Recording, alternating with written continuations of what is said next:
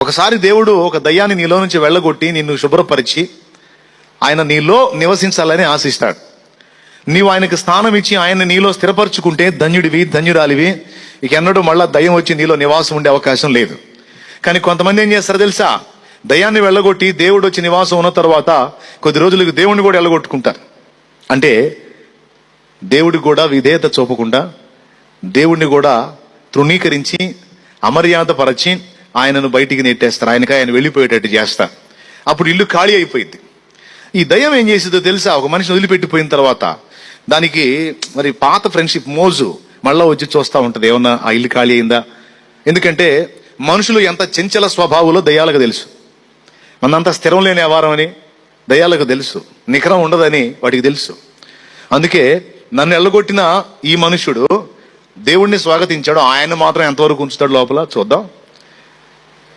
కొద్ది కాలం తర్వాత అయినా వెళ్ళగొట్టకపోతాడంటావా, మళ్ళా నాకు స్థానం రాకపోతుందంటావా అని అవి కోటి ఆశలతో మళ్ళా హౌస్ విజిట్ చేస్తుంటాయి అన్నమాట. కాబట్టి లోపలికి వచ్చిన దేవుణ్ణి వెలుపలికి పోనీయకుండా కాపాడుకోవాలి.